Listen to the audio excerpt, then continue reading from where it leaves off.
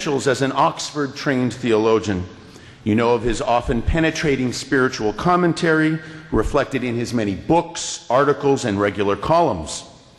Many of us here know him as an outstanding pastor. I have always encountered Father Basic, as have many of you, as an extraordinary, collegial, self-effacing pastor, generous listener, a man who would never think of appealing to the prerogatives of his office. However, it is my sad duty to inform you, my friends, that I have seen into our pastor's heart of darkness. And it is not pretty. As many of you know, I have been charged by him with the responsibility of coordinating these lecture series. I have done so willingly and without complaint. And so when I suggested this fall's topic, Christianity and popular culture, I assumed that I would be given some freedom in choosing the topics and speakers.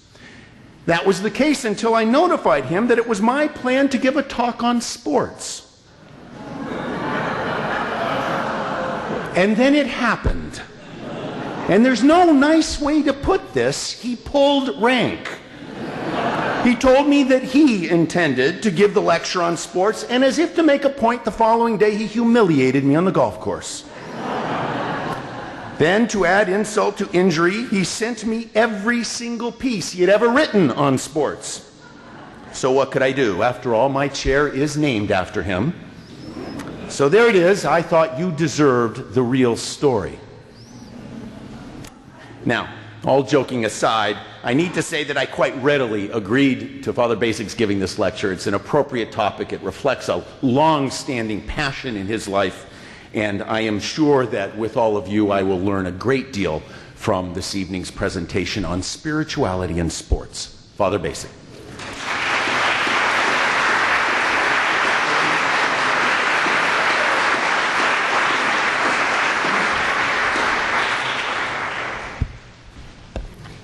I had a entirely different perspective on this choice of topic. As I saw it, it came down to a question of whether I was going to speak on sports or on the TV series Buffy the Vampire Slayer. And after careful discernment, prayerful and so on, I thought sports would be better than Buffy, so thus it is. I should start out by acknowledging the fact, I am interested in that topic. The world of sports has been important to me. There was a time in my life where I thought that would be my career.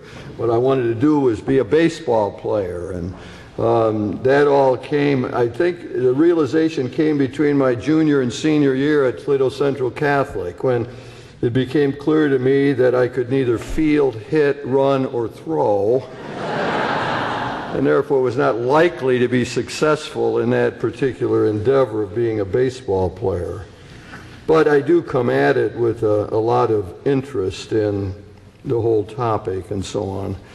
You know, and Rick did do a good job of putting this series together, and it's different, you know, it's not as weighty, I suppose, as some people would say, as other series we've had. And yet, I think we come at it with the conviction that popular culture can teach us things about life, about American culture, about ourselves, and our goals and aspirations. And so I believe that will prove to be true as we go along. I quoted, people have some notes there, and for people who are into books and so on, you can check all that out. There's a quote from Jacques Barzun, who said, "Whoever wants to know the heart and mind of America had better learn baseball." Whoever wants to know the heart and mind and soul of America had better learn baseball. So that's a way of saying that the popular culture world, the world of sports, could well reveal something about our character as a people and some of the things that go on with us. I want to start out, the thing is divided up into demons and angels. Angels versus demons, so I'm going to follow that. Talk about the demonic side of sports as I see it. Sister Shannon Shrine, sitting there, instructed me on this over breakfast one morning, and told me she's not a big sports fan. I'm glad you came, Shannon. That's very nice of you. And gave me a list of demonic elements that we find in the sports world, things that don't go well and that really turn her off. And I took her as being a spokesperson for a lot of others who, aren't particularly into sports, don't care about them, or really have strong feelings. One woman walking out of Mass Sunday, I said I invited all the people to come, especially the people who were not terribly into sports, that they wanted to come. And she said, well, I might come, but I hate sports. So very visceral reaction. And our ministry assistant, who's standing back there, Julie Taylor, she and I have had a serious conversation about Julie's not terribly interested in sports either. Unfortunately, she dates a guy who is. So I've sort of planned this lecture for Julie to figure out how do you get along with him, Julie. So anyway, I'm well aware that people here are different backgrounds and interests so on in sports. So I want to begin by thinking of somebody who, I always use these composite examples, little stories that come back to me from many voices I've heard over the years. And I'm calling this fellow Herman. And Herman is into sports big times, married, has a family. He plays golf 4 times a week. During bowling season, he bowls 3 nights a week. On Monday nights, don't bother him. Don't get in his way. Don't bug him with anything when the football game's on. He's been known to spend a night or 2 out at one of the sports bars with his buddies, drinking and enjoying the games. And he does a little wagering on sports as well. Unfortunately, this has not been a good thing for his family relationships. His wife feels like she's second class, like sports really top his interest in her. And what bugs her even more, the kids. So she sees him as addicted to sports. In her mind, her husband has made an idol out of sports, and it gets in the way of things. She thinks he escapes from his responsibilities as a father, that he gets out of doing a lot of domestic chores by having to be involved in the world of sports, and that he really isn't a very good partner for her, conversation and so on. So Herman represents the whole problem of making an idol out of sports or sports addictions that can arise. I suppose the worst part of Herman is when I talk to him is he says, I don't know what her problem is. I don't know, what's her problem with it? A few beers with my buddies, what's the problem? So, now, in looking at these demons that come into play here, I think spirituality is going to have to do something about those tendencies to be addicted to the world of sports. And one interesting thing is that very often the critique comes from within the sports world itself. We saw that in the World Series. It was an '89 World Series when the earthquake occurred about a half hour before the third game, and I think it was delayed for 10 days or so, and they started out. I was really interested in the comments. One of the players even said, I really don't care about baseball right now. And Fay Vincent said something about talking about our little trivial game that we play. And one of the announcers said, all those things that we thought were so important 10 days ago don't seem that important to us now. We got a taste of that last night, those who were watching Monday Night Football. I was interested, they were in New Orleans, and in the stadium there, and there was a whole day's activities and so on. And again, the commentator, Steve Young, interesting, quarterback and commentator, and they're always analyzing the games and giving us details about it. And he said, the game is secondary. The game is secondary to what's going on in New Orleans. This is symbolic of a whole effort to rebuild a city. and so on. So my suggestion is that from within the world of sports itself, at times we see that, hey, we made too much out of it. We got carried away with it. You have to, one way or another, keep this in some sort of larger perspective. Part of my sense with any of the demons in life that assail us, just to repress them or deny their existence usually doesn't work. So my thought is that if sports become too important to us, the idea isn't to say, well, I don't care about sports. The idea is to figure out how to take that energy and transform it, and to keep it in some larger perspective. So really the only one worthy of our total allegiance is the great God. Paul Tillich used to say that, a great Lutheran theologian said that to make an idol means we take something of preliminary concern, something that's important, and make it an ultimate concern, make it too important. So it seems to me, for all of those here in the room who are in danger of overplaying the sports world, those people who, if Notre Dame loses, are in a bad mood for about 10 days, or 10 or 11, I think it is, isn't it? Something like that. 10 or 11 days. I mean, might try to arrange some sort of larger perspective for dealing with this, a larger meaning system in which we take our interest in sports and try to keep it under some sort of control.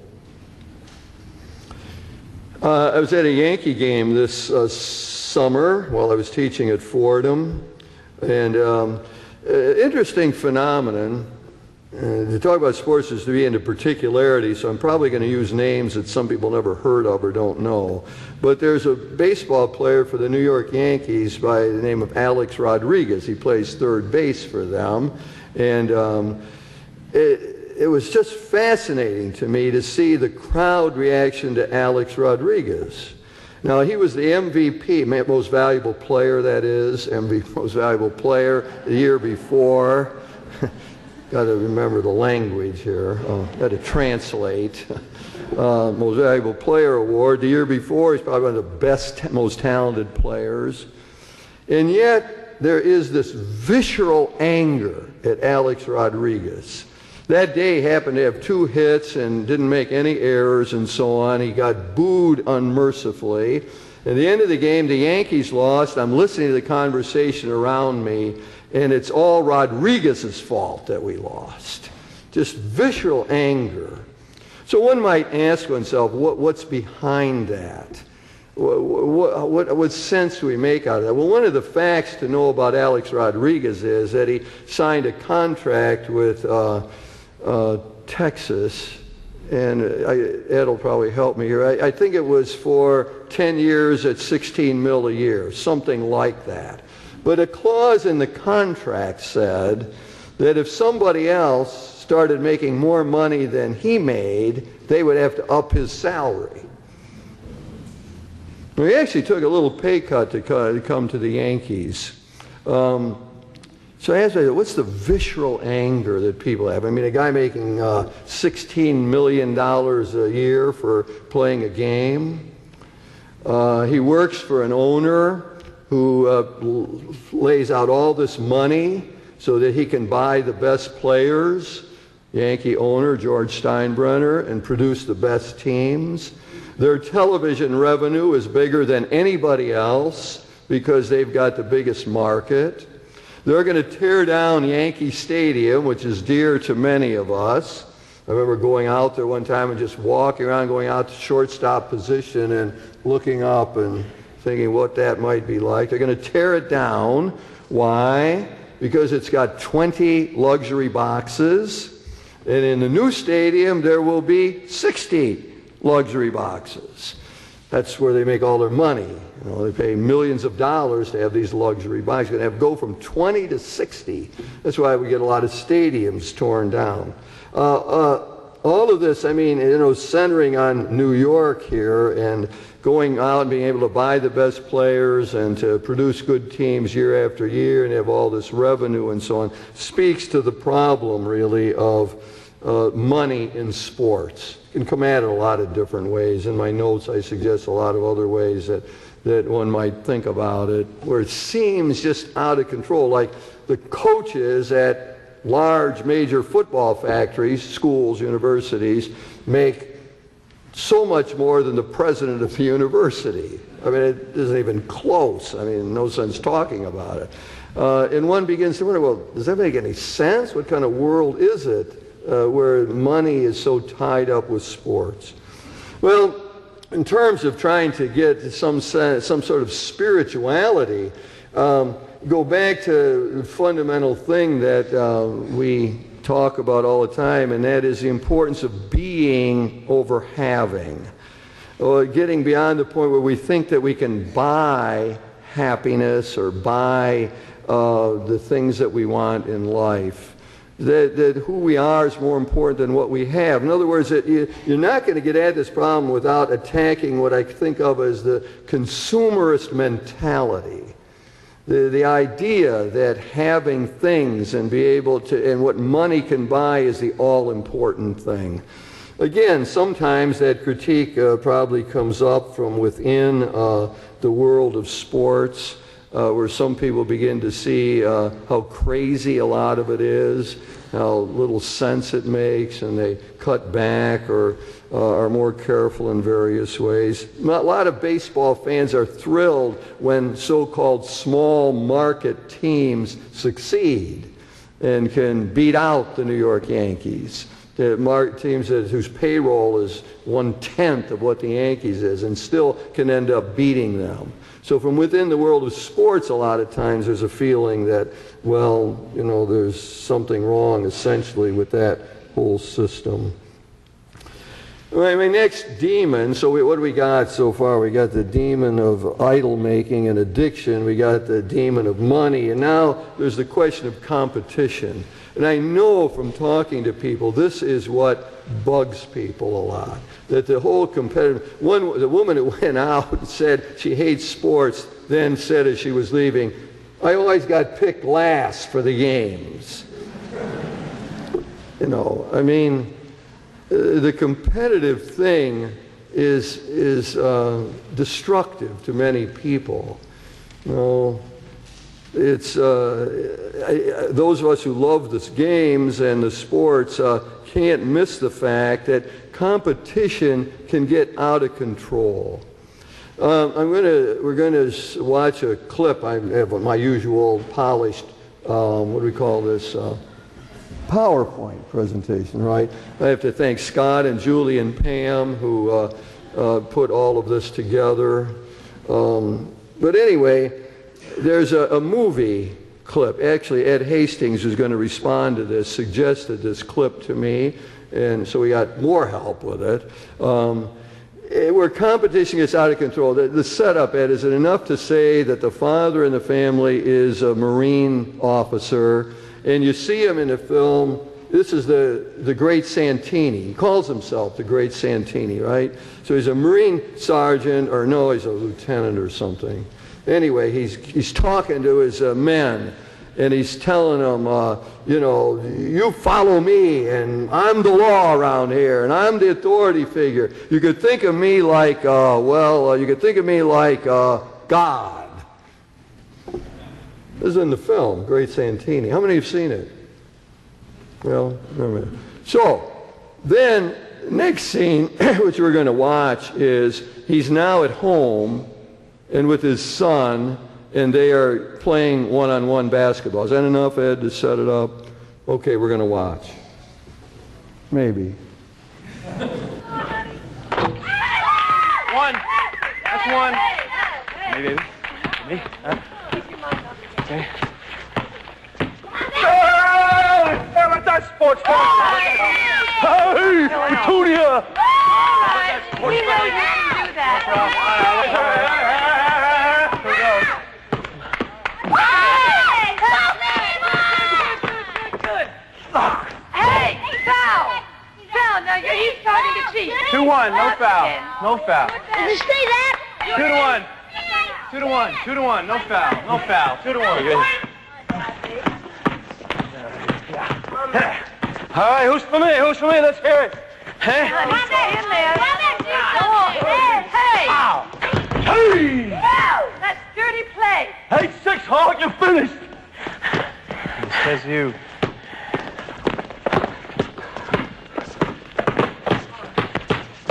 How do you feel, Dad? You look a little tired.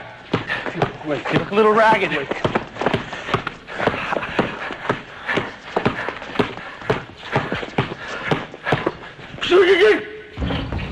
Hey! 99. Don't worry, Colonel. You can always get a disability pension. Don't goad him, Ben. Don't goad him now. Come on, just play. Last shot of the game, Jocko. Give up? Ha-ha. Stay close, Ben. Now watch him. What is Fatty Ben? It is I, the great Ventini. You know, Dad, not one of us has ever beaten you in a single game. Not checkers, not dominoes, not softball, nothing. Watch it, Ben. He's getting that look. Come on over here. Come over here to Daddy Bull. It's all over, Colonel.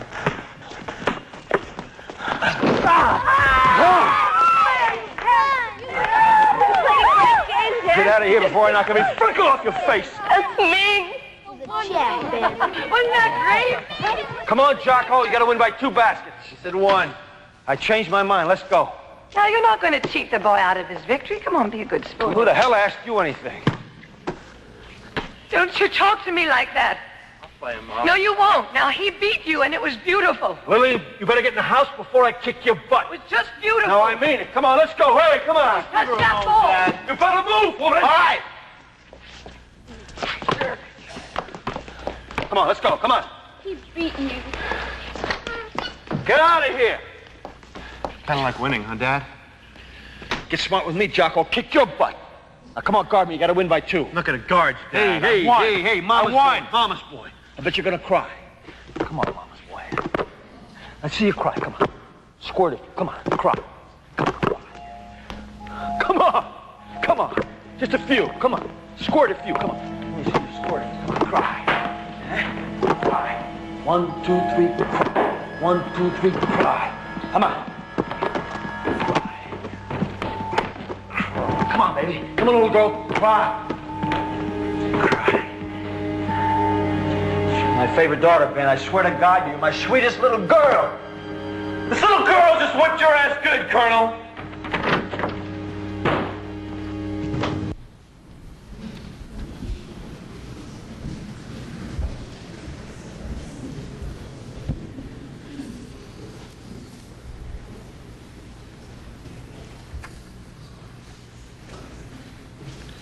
Well, I suppose it's hard to get a more graphic portrayal of the competitive spirit out of control than that. One of the questions would be in terms of competition, whether they're in a spirituality, whether there's some way to transform that, to see competition in some other way than the Colonel sees it, and to think of competition in another way. I was talking to Julie about golf tournament that I played in yesterday, and I played, and I told her I played in the under 60 group. So it was divided over 60 and under 60.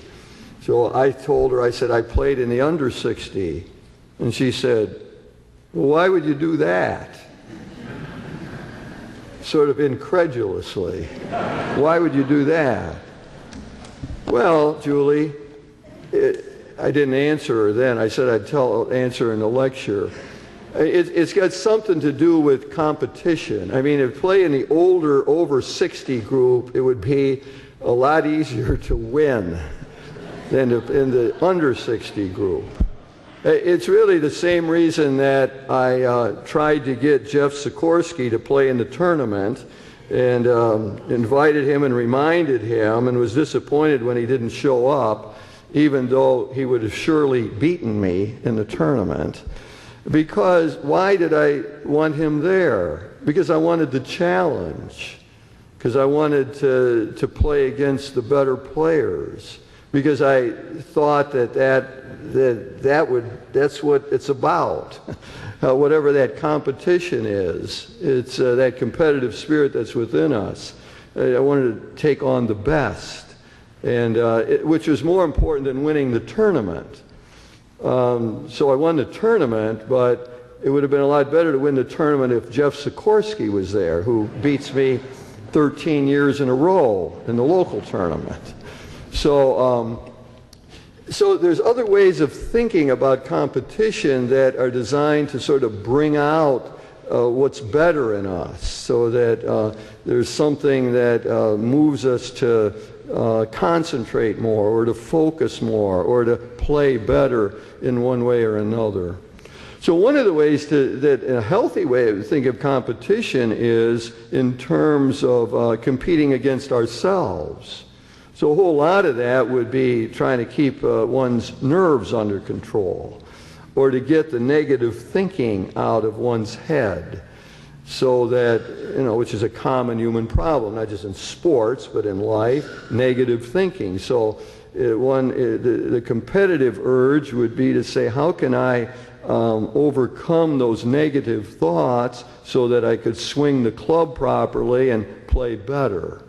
So we compete against our own potential is one way of turning it around, Shannon, which we can do in anything. You can do that in the classroom, or in writing another book or something, where you can try in one way or another to do better than maybe you've done up till this point. So I think there's a need to overcome that craziness that we saw in the great Santini, and to find another way of trying to let competition be healthy, so that if we lose a match, it's not, or a game of any sort, it's not as important as what we brought to it, or what we put into it, or the real victories are over self.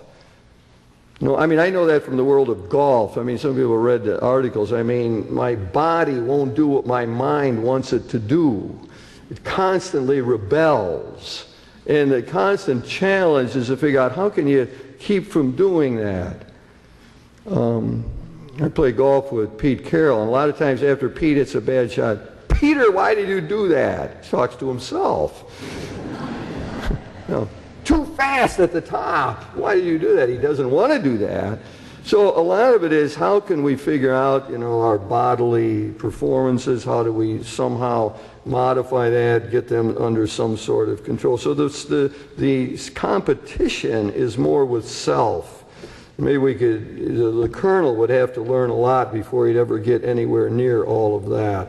There's a line from Kareem Abdul-Jabbar that always struck me. He said, he's a basketball player, tall fellow, retired now, and he played with another basketball player by the name of Magic Johnson. And one time, Kareem said something like this: "Magic taught me that I was having fun while I was playing basketball in the NBA." That's National Basketball Association, not National Book Award. NBA. So while I was playing, isn't that interesting? That's a quote. That's how he said it. He taught me that I was having fun while I was playing basketball. Sports are supposed to be fun. They're supposed to, in one way or another. I think I'll probably say more about that as we go along. But so he was this player, and he didn't recognize the fun character of it. And when that's lost, then you end up with the great Santini or some other weird things going on. Next demon that I'm dealing with, and the last one, is violence. I've been a great boxing fan all of my life. My father always said it was an aberration. He couldn't understand that, although I remember he bought me boxing gloves when I was a little kid. And I had a makeshift punching bag in the basement, and I used to watch the fights, and I was just into boxing, even though, despite my father saying that didn't make any sense. liked to go to the heavyweight championship fights in the movie theaters and so on. I did that, and on one occasion I saw a heavyweight title fight. It was in Atlantic City. I was there for some other reason and got a ticket into watching Mike Tyson fight Carl the Truth Williams. Well, it was unbelievable. I remember Sparky Anderson, that baseball manager of the Cincinnati Reds and Tigers, and been at World Series and everything. He says, nothing compared to the anticipation of a heavyweight title fight. He went to one. He had not been to any before. He said, nothing in that world of athletics compares. And I have the same sense of being in that atmosphere and the build up to it all and the music that goes on and everything. Well, Tyson comes into the ring, and if you blinked, you missed it. It lasted 29 seconds. You saw this controlled fury. Well, it got uncontrolled, and he just knocked Carl the Truth Williams out in 29 seconds. Well, Tyson is a figure that maybe people know from other worlds and so on. Where violence was a problem. You know, he ended up being convicted of rape and spending time in prison. He had trouble controlling all of that. And then in the fight with Evander Holyfield, when he was going to obviously lose the fight, he bit his ear, chunk of his ear. I saw that. We had to pay for view on TV to watch it. My father would haunt me from the grave.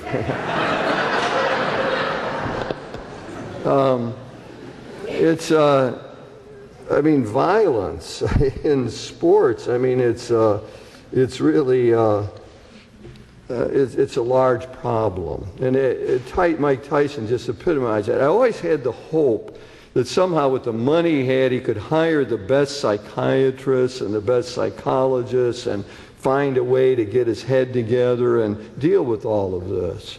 Well, I do think that for some people, sports are a way of dealing with aggression. I remember there was one young woman I was counseling at another university, and she had tremendous anger at her mother. She had repressed rage, and I was trying every way to get her rage out. And part of it was to get her to go play that game, in an enclosed thing with a racquetball. Is that? Yeah, racquetball. Yes, and it was unbelievable. I kid you not, this young woman could go in there for a couple hours and hit that ball thinking of her mother, you know, and not get tired. The energy that was involved. She could do it for 2 hours straight, without a break, without stopping, in full energy, hitting that ball as an effort to try to deal with her anger. Well, as a matter of fact, it became part of an effective therapy, so that she was able to dissipate some of that energy, that negative energy towards her mother over a period of time, and was able to deal in one way or another with her anger at her mother. So that would be one of the things of trying to say, how could sports help us deal with some of that negative energy that's within us? A full spirituality would try to redirect. Again, the young woman was not going to get healthy by saying, well, I no longer hate my mother. It wasn't going to happen. All that energy around that hatred had to come out, had to be used in some way or another. And I do know people who use sport. I remember a doctor, MD, who had all kind of trouble with anger as well, and he bought a punching bag and gloves, and he would hit the bag in the evenings and do the whole routine with the bag and all of that, and that became part of his way of trying to overcome the demons, the demon that we call violence. So my bit is that a lot of demonic things go on in the world of sports. A healthy spirituality tries to take the energy and transform it in some way and move it into healthy directions. Now I want to talk about the angels. This is the angels versus the demons. And how, what is it about sports that seem to be helpful? Another vignette. This is a young woman who she had 2 kids, and they're in grade school, and she's her usual way of relaxing. I mean, she's under all kind of pressure, taking care of these kids, running the family. She's got a part-time job. I mean, life is not easy for her, and she's feeling more and more, frustrated and so on. Her way of dealing with the tensions of life is to watch soap operas, which she does before the kids get home. So as she's going along, she begins to think, maybe there's another way of doing this. Well, when she was in high school, she used to play some tennis. So what she decided to do was to take up tennis. And she got some of her lady friends together, and they decided that they would have once a week, they'd have lunch together and then play tennis, a couple sets of tennis. And so she began to do that in that afternoon period before her kids got home, and she found out she enjoyed it. It brought back a lot of memories when she was healthier in the past. She began to feel better about herself. She lost some weight. She had more energy. She found herself getting even a little competitive. And at first, the other women would all beat her and so on. She's now thinking about taking some lessons in tennis. Well, it's an example, in my mind, of the role of sports as a leisure kind of activity. There's a quote there from James Carroll that is really strikes me. He talks about the thin moment, though it tries to hide, when we stop enjoying baseball. The thin moment when we stopped enjoying baseball. And he said after that in the poem, life became important and everything was awful. Life became important. Everything was awful. It's a very striking. In other words, when sports no longer could be important to him. No, I'm sure this is part of the Vietnam thing, and James Carroll was a great peace activist, and out there on the lines fighting for peace and justice and against war and so on.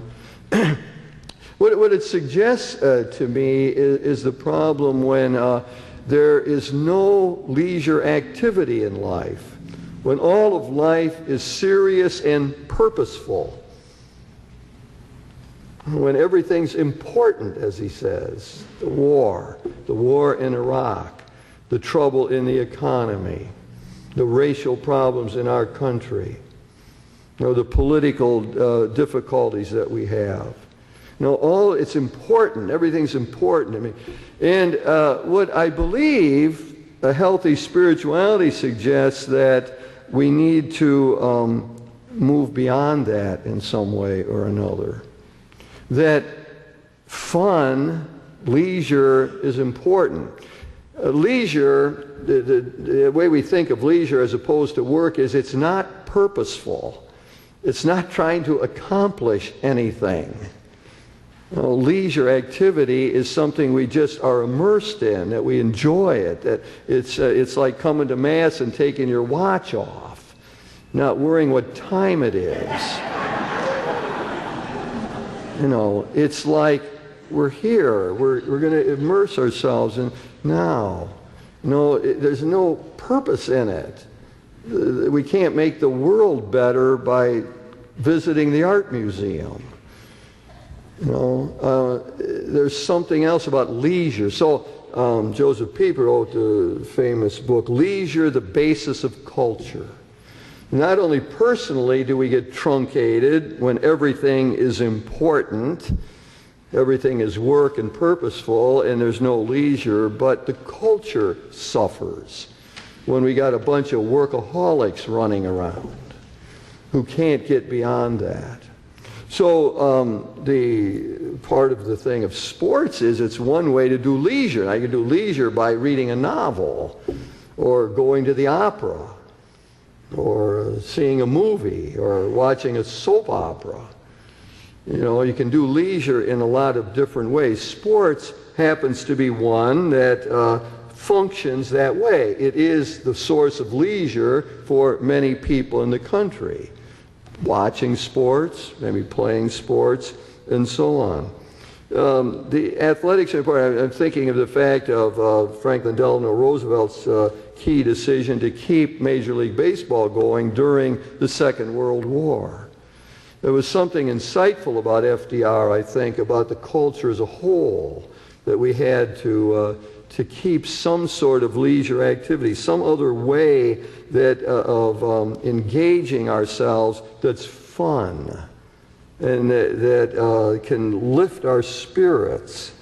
There's the interesting thing that for us who are into sports, sports is just so serious. It was so serious that Notre Dame beat Michigan State is just serious.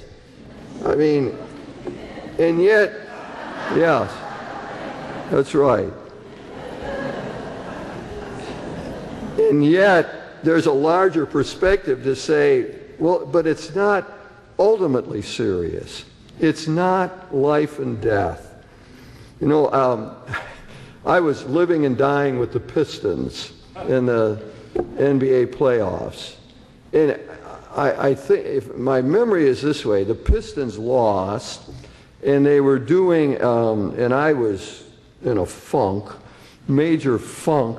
The Pistons had lost, and they interviewed LeBron James. Now, he's like, what, 20 years old?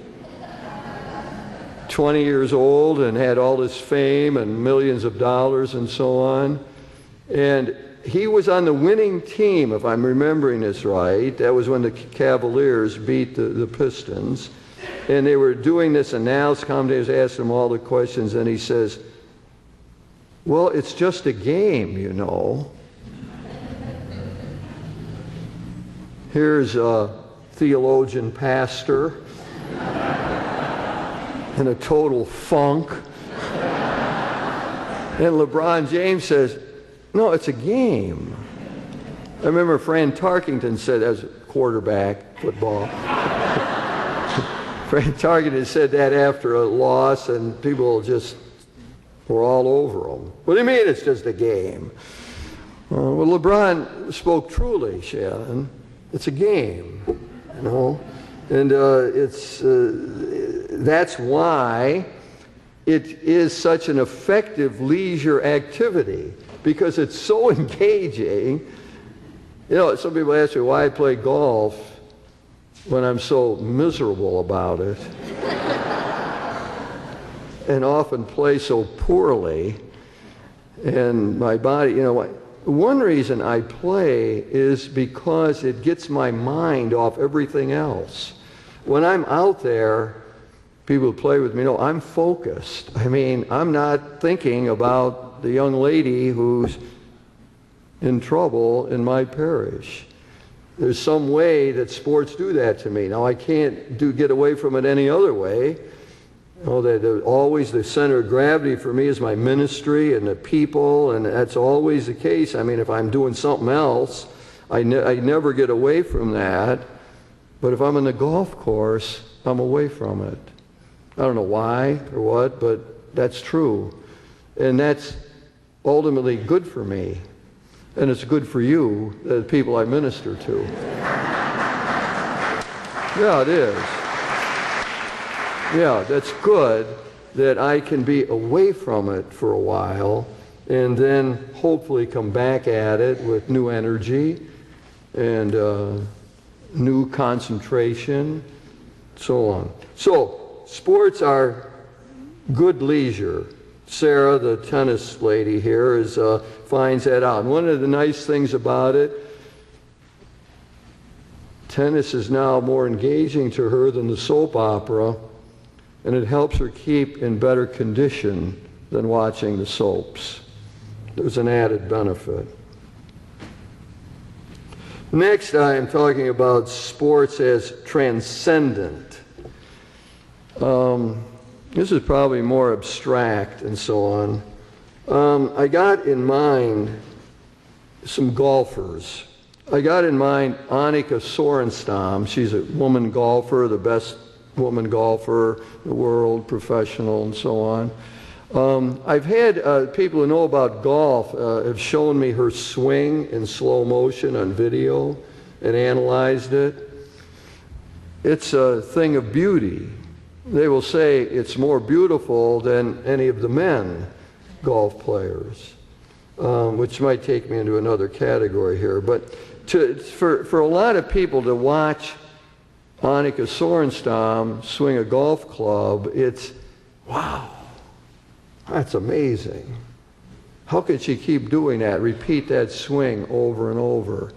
It's like, it's speaking to us of some greater ability. It's like watching that and saying, wow, maybe I could learn to swing a little better. Other people watch Tiger Woods swing. There's a Nike commercial. I wish we had it. I'd love to show it. Where the whole commercial is his swing in slow motion. It's just fascinating. It's just total slow motion. Perfect controlled power. It's not like Annika's swing at all, where hers is so smooth and so, but his is a controlled power. Get energy. It's just it's speaking to us of some other way of thinking. And there's another woman golfer. I don't know why I'm on golf on this one, but it's Michelle Wie. She is a teenage golfer, and she's making a lot of people angry because she wants to play on the men's tour. And it makes a lot of the other women golfers upset. Why didn't she hasn't even won on our tour yet? What's she going playing on the men's tour for? But this 16-year-old young lady has dreams. She's not going to be put in a box. She doesn't care what those people say. She's got this dream. She's going to play on the men's tour, and she's going to win a major tournament sometime on the men's tour. That says something about this notion of transcendence. Transcendence means we go beyond, that we're lifted out.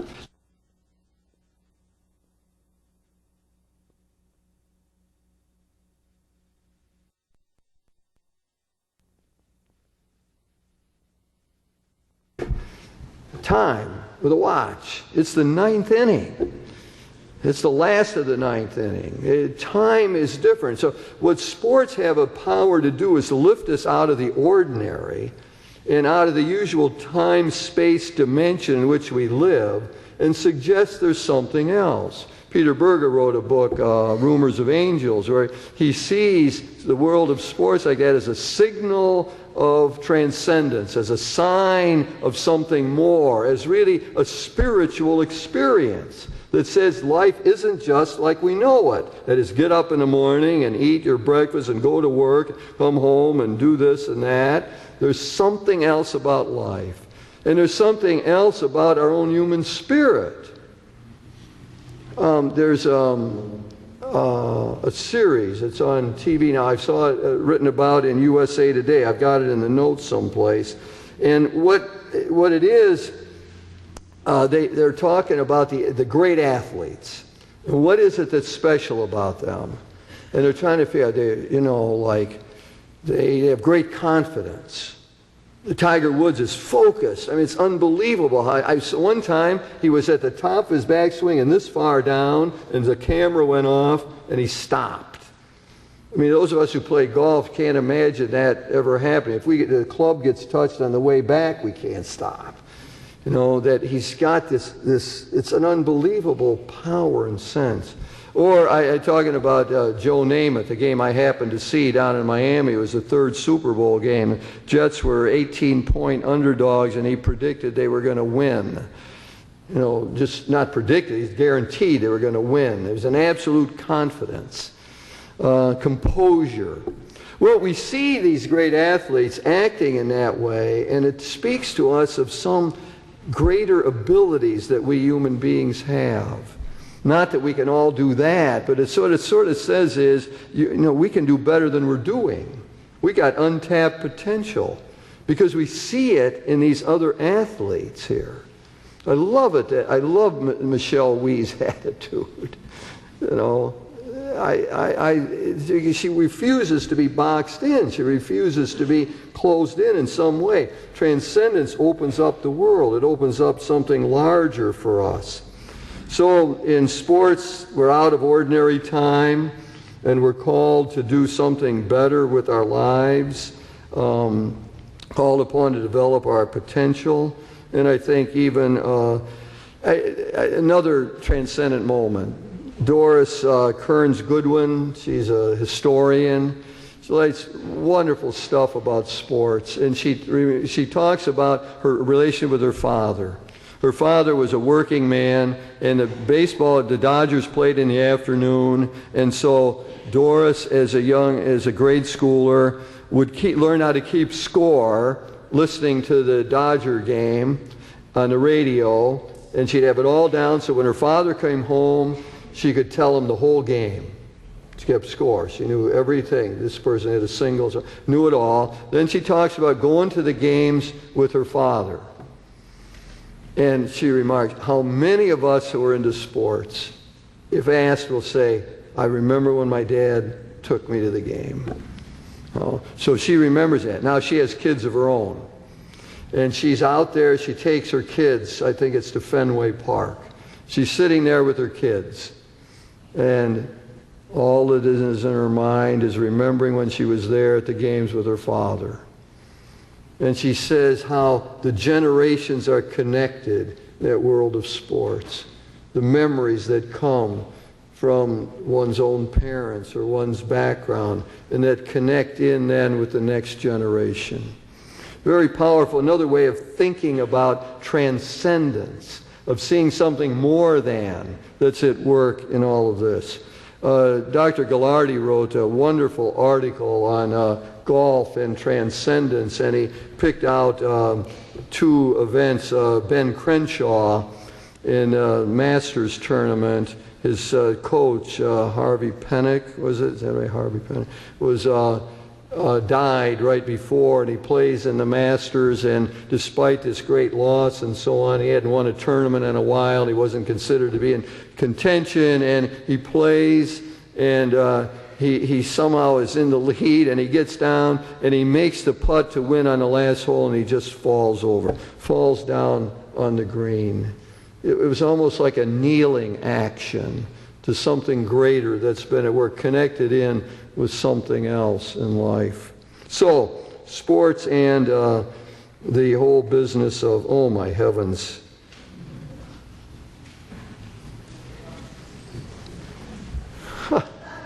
I've gotten carried away with sports. I lost track of time.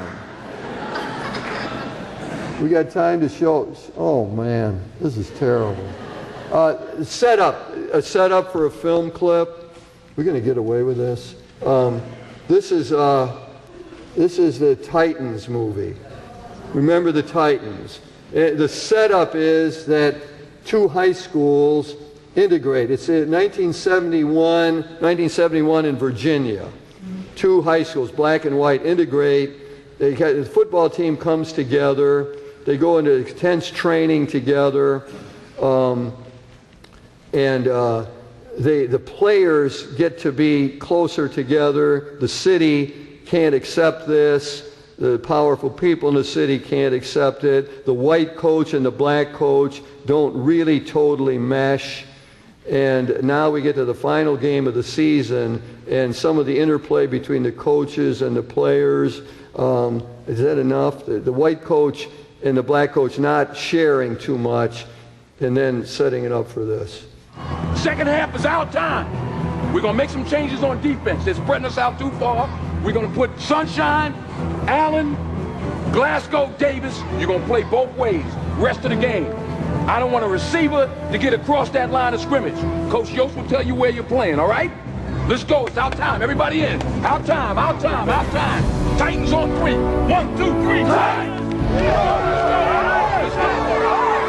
All right, choose. We're going to go 52 miles. Well, I know that's all you need to know. All right, we're going zone, Allen. Sir, I can play with Roosevelt, but I cannot play with these guys.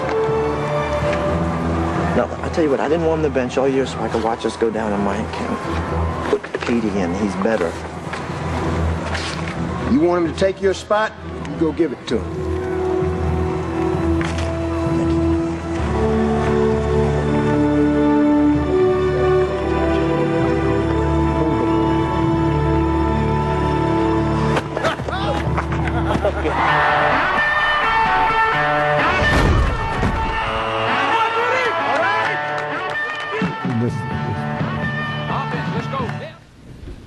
Technology sometimes fails. We missed the scene in the locker room, which is what I wanted to show. The coaches end up, the coach's speech, the white coach, ends up saying, I've learned a lot from these players. He had been holding back. The players bonded in many ways between blacks and whites. He'd been holding back. I learned from these people, and they've touched the soul of this community. And now I'm going to learn. So he says, I need help from the head coach in order to do his defense. And the setup for that was his 10-year-old white daughter of the white coach says beforehand, Dad, or Coach, she called her father Coach, Coach, this is no time for pride. So his daughter got the point there where he was willing to let the head coach help him do the defense, and they end up winning the game and so on. This is the worst I've ever done. It's unbelievable.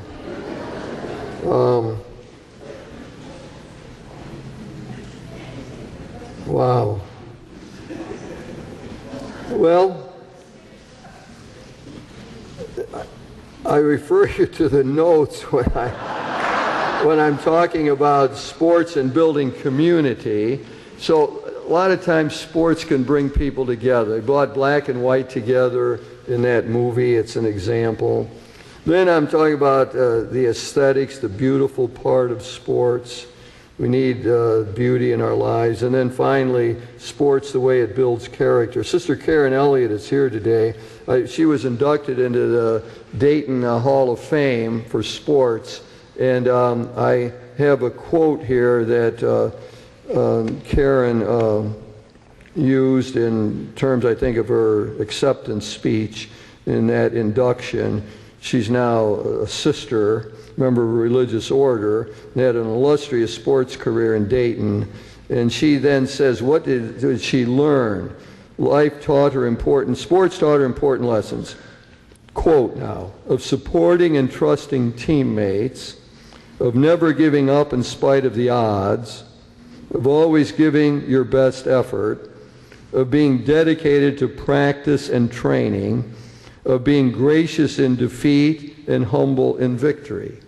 So I think it's a wonderful statement of some of the character questions that we could learn. And a lot of times I look at the great athletes and you see that.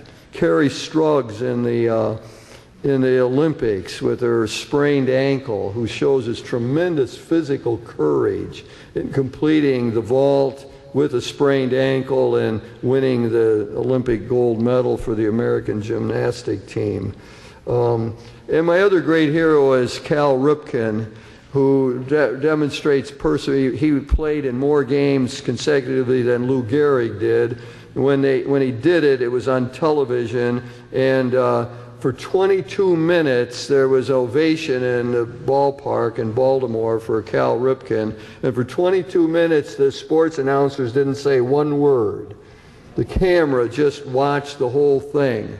And it was a statement to me about how deep down we understand that in life we have to persevere, and we thank the people who do it, and that furthermore, that there's a sense of loyalty. He was loyal to the Baltimore Oriole team throughout his whole over 20-year career. Could have gotten more money going someplace else, like play for the Yankees or something, but he was loyal, and those virtues, I think, stood out for people. Well, there will be a question period. Here's our plan. Take a couple minute break. Remember, there's 2 exits out of the parking lot. I hope we can make use of all of that and get out in decent time. And afterwards, Ed Hastings responding to this talk, and he has 9.5 minutes. So we'll see if he can keep within the time. And remember, come for the rest of the series. Yes, Pam? Next week's speaker, right. It's on the handout that you have. It will tell you who the next week's speaker is, talking about Buffy and she wrote an article on, Kathleen Cavaney wrote an article on Buffy the Vampire Slayer. Kathleen Cavaney from Notre Dame, and Salvation and the Sopranos TV thing, Is Redemption Possible? Next week we got a wonderful series, and Dr. Gallardi will wind it up doing the rest of my sports lecture. Thanks for your indulgence time.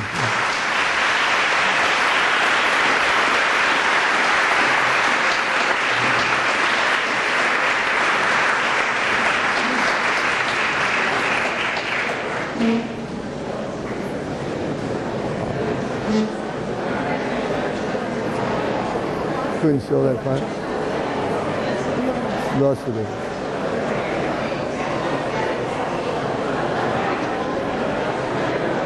So what year did you play in the finals? 71. NCAA finals. 71. And you were a sophomore then? Yeah.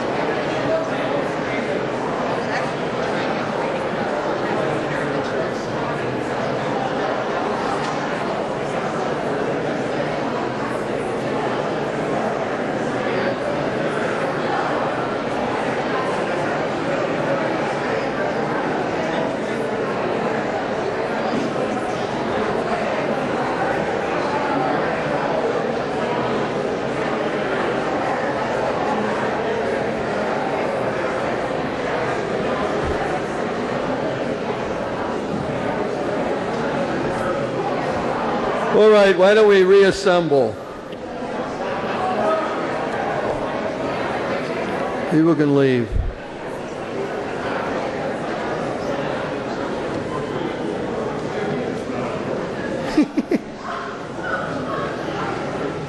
Well, I demonstrated the point of being carried away with sports.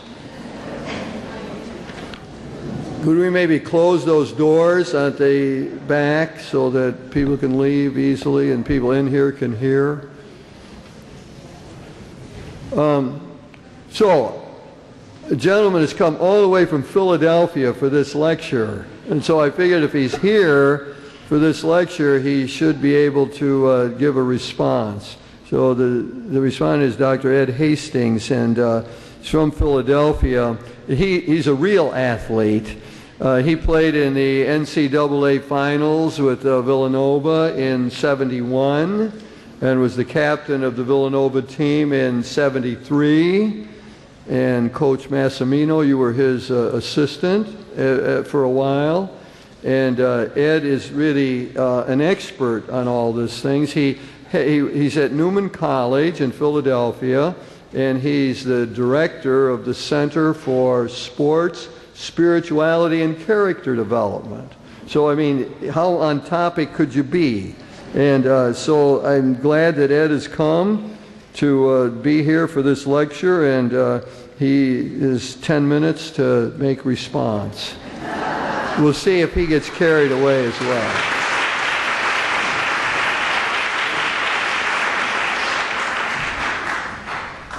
Well, I'll try not to get carried away.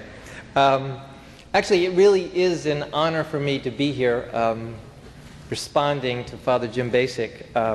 Actually, the truth of the matter is, I called him a couple weeks ago and said, I just wanted to come out, because I very much admire him. And I said, I just want to come out and pick your brain a little bit and, you know, get involved in some conversations. And I guess, you know, you better be careful what you ask for, because here I am. He says, oh, you can respond to my talk. I said, oh, okay.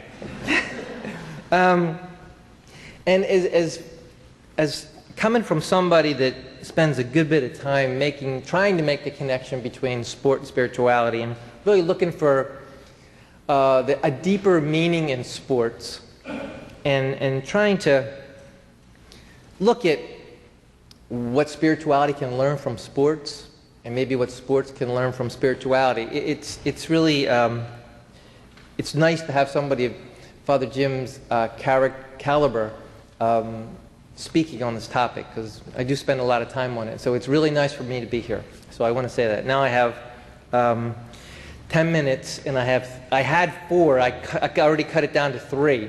So here we go.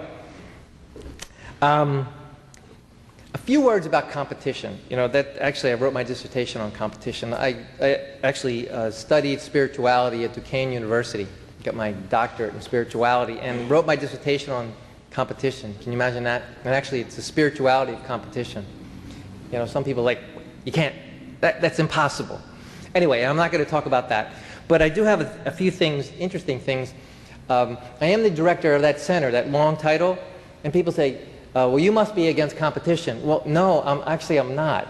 And I think there are some good things in competition. Now, there's a lot of bad stuff out there. There's no question about it. You know, back in Philadelphia, where I'm from, in the Philadelphia Inquirer, and the second page is the news in brief. And there's always bad stuff. Always. And so I'm not naive to that piece. But there are some good things that I just want to maybe just throw out. And maybe we can, some questions. If we can properly understand the word competition. You know, the word competition comes from the really 2 roots. It comes from that com, which means with, and petere, that P-E-T-E-R-E, Latin.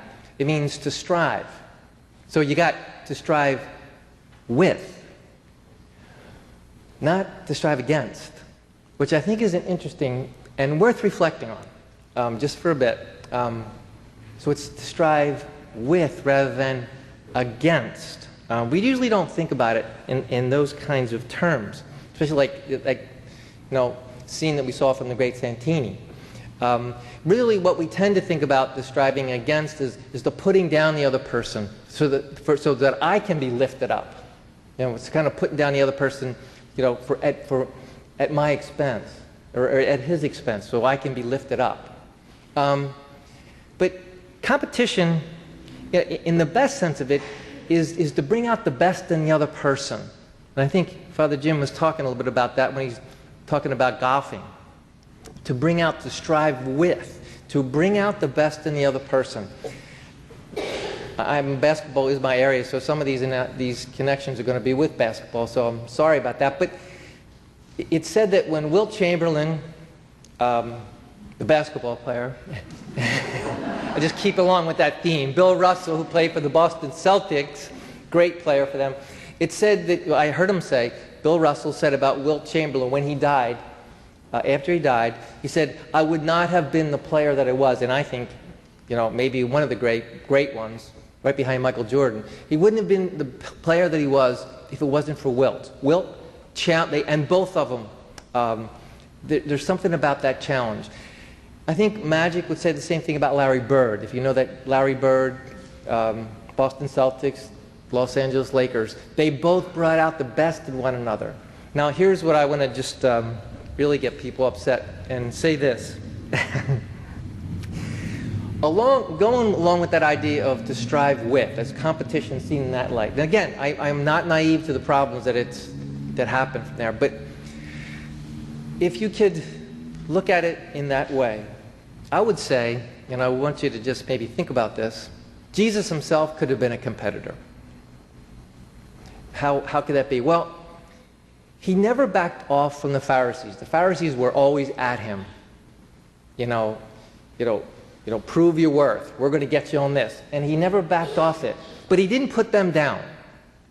He kind of raised them up. And I think a classic piece of that is the woman caught in adultery piece, where they come walking in, they march in this woman, don't bring the guy, but they bring in the woman, and they walk in and say, here, this woman we caught her in adultery. Moses' law tells us we should stone this woman to death. What do you say? And we don't know what his response exactly was initially. He's writing in the sand. Maybe he was biding time. Who knows what he was doing? But it's interesting how he responds to them. It's not to put them down, but to try to bring out the best in them. He doesn't back off. He accepts the challenge. And he doesn't back off. He stays with them and says, okay, the first one's without sin. You start throwing the first stone. And he brings out the best of them, and they walk away and they drop their stones. So he was competitive in that sense to strive with, not against to put them, squash them down as the colonel did to his son, but to bring out the best. And that's at competition at its best. So that's one thought there. I don't want to have to watch this. Andrew Cooper, in one of the books that Father Jim mentioned, it's called Playing in the Zone. He says, the problem with sports is not that we take them too seriously, but it's that we don't take them seriously enough. Now, I think that's an interesting point. Some people might say, oh, that's ridiculous. Well, with that quote in mind, I'd like to go back to one of, I think, Father Jim's early books, the book that I really like, that he wrote a long time ago, Apologetics and the Eclipse of Mystery. It's a fancy title. In which he was exploring the thought of Father Karl Rahner, probably the greatest Catholic theologian of the 20th century. But in that book, Father Jim talked about the mystagogue. And I don't want to get too theological here, but he talks about the mystagogue, who is a person who helps people to a greater awareness of God's presence in their lives, who helps them come to an explicit consciousness of the religious dimension that's always already present in their lives. That's the role of what he calls the mystagogue. And it also talks about, I don't want to get too technical here, but it's this maieutic process. And that is this, a process of bringing some latent ideas into explicit consciousness. The role of the mystagogue is to help people to awaken to the mystery that's always present in our lives. Okay, I'm going to get too technical after that. And I'd love to see this. See if you think this is crazy. I'd love to see the role of the mystagogue, allowing people to see the presence of God, the role of that mystagogue be somehow present in sports. Would it be too much to think of a coach as a mystagogue? And it would take a lot of training. There's no question about that. But, if God's involved in all of creation, why can't we do that? The goal of St. Ignatius's spiritual exercises, one of them, is to see God in all things. To see God in all things. So why not sports? And could it be, they say the coach mystagogue could help athletes see or awaken to the presence in their lives. Now, that may sound crazy, but I work with young people. I teach in a college. Young people are not going to church. They are not present in church, but they come to sports, sponsored by the church. What if we could somehow awaken them to the presence of God in their lives through sports? And not just coaches, but other people. Last point here. Father Jim was talking about sports and aesthetics. Didn't really get to that point, but a guy that I studied under, Father Adrian von Kamm, says that wonder and awe are the beginning of spirituality. Wonder and awe are the beginning of spirituality. to be all, and for me, I'm very much obviously into sports, so I'm awestruck by the power hitting of Ryan Howard, who plays for the Philadelphia Phillies. He's leading the major leagues in home runs now. That's awesome for me. Or a jump shot from Michael Jordan. You know, that there's something wonderful, full of wonder about that for me. To be aware of the beauty, and to be aware that kind of beauty can connect us with God if we stay with it and appreciate it. Now I'm going to, Alice Walker, the author of The Color Purple, I guess I can use this language in here, says that God gets pissed when we don't notice the color of purple in nature, when we don't notice it. But God loves it when we do notice it, when we do notice the beauty. God is happy with that. I believe that God loves it when we notice the beauty of athletes using their gifts well and living life to the full. And it can really bring us into a new appreciation of God working in our lives. Okay, how many minutes was that? Thank you for your attention.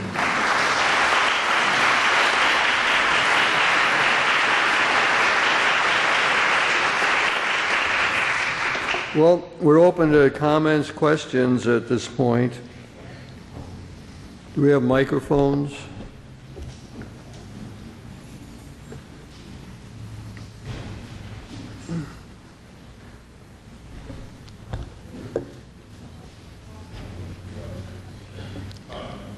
Yes.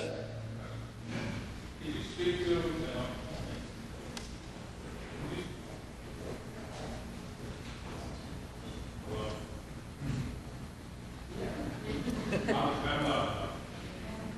could you speak to the question of the pressures of being a student athlete, the enormous high schools, Yeah. the parents, and how important of sports can stay like that deal a lot with kids? Yeah. Question is asked about the pressures that our student athletes are under.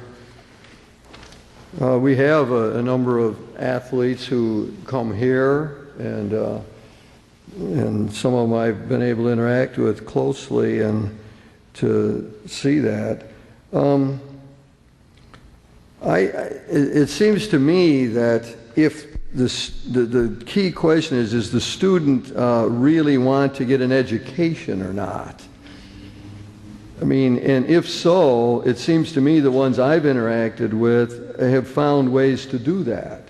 Now, the practice schedule is demanding, there's pressure on the games, you travel, etc. But they seem to manage. They have over 3-point averages, and they manage their time well and so on.